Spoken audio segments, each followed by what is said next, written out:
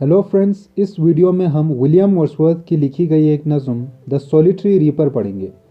दोस्तों, वर्ड्सवर्थ अपनी बहन डोरथी के साथ सन 1802 में स्कॉटलैंड गया था और उसी सफ़र के दौरान खेतों में देखे गए एक मंजर से इंस्पायर्ड होकर वर्ड्सवर्थ ने यह नज़्म लिखी थी। ये नज़्म 1807 में शाया हुई थी। इस नज़्म में 32 के करीब लाइन्स हैं। वर्ड्सवर्थ इस नज़्म में किसी खेत में फसल काटती हुई एक लड़की के नगमे को बयान करने की कोशिश करता है, मगर उसे यह समझ नहीं आती कि वो क्या गा रही है। वर्ड्सवर्थ ये भी नहीं बता पाता कि वो नज़्म किस बारे में है, मगर उसे उसका गुनगुनाना बहुत ज़्यादा पसंद आता है और वो गाना जो वो लड़की गा रही है उसे बहुत खूबसूरत लगता है। दोस्तों, ये नज़्म बहुत दिलकश है। चलें नज़्म शुरू करते हैं। Behold her single in the field, yon solitary highland lass। देखो उसे, उस स्कॉटिश लड़की को जो तन्हा खेत में है।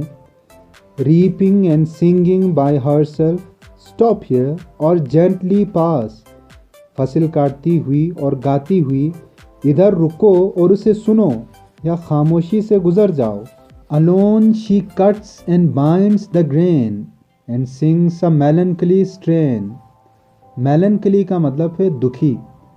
वो फसल काटती है और उसे जमा करती है और साथ ही साथ एक दुखी गाना गा रही है। Oh listen, for the vale profound is overflowing with the sound। सुनो, गहरी वादी उसके गाने की आवाज़ से छलक रही है, यानी वादी उसकी आवाज़ से भर चुकी है। No nightingale did ever chaunt more welcome notes to weary bands of travelers in some shady haunt among Arabian sands। किसी बुलबुल ने कभी अरब के नखलिस्तानों में आराम करने वाले किसी भी मुसाफिर की खातिर कभी इतना प्यारा नगमा नहीं गाया। A voice so thrilling never was heard in springtime from the cuckoo bird breaking the silence of the seas among the farthest Hebrides। कोयल ने कभी स्कॉटलैंड के जजीरों के इर्द गिर्द समंदर की खामोशी तोड़ते हुए इतनी पुरअसर आवाज़ में नहीं गाया। हेब्रिडीज स्कॉटलैंड के नज़दीक मौजूद 500 जजीरों का एक ग्रुप है। Will no one tell me what she sings? Perhaps the plaintive numbers flow for old unhappy far off things and battles long ago। क्या कोई मुझे ये नहीं बताएगा कि वो क्या गा रही है? शायद वो इतनी दुखी अंदाज में पुराने ज़माने के जंगों और सानिहात के बारे में गा रही है। Or is it some more humble lay familiar matter of today?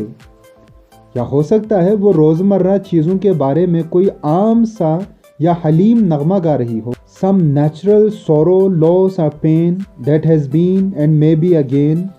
हो सकता है उन दुखों और तकालीफ के बारे में कुछ गा रही हो जो लोग रोज़ सहते हैं। Whatever the theme, the maiden song as if her song could have no ending।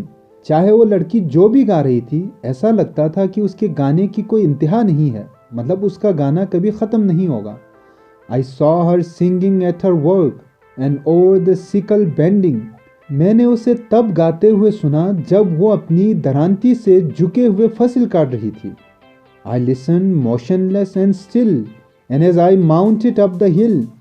मैं दम साधे यानी बग़ैर हिले जुले उसे सुनता रहा और जब मैं पहाड़ी पर चढ़ने लगा तब भी उसे सुनता रहा।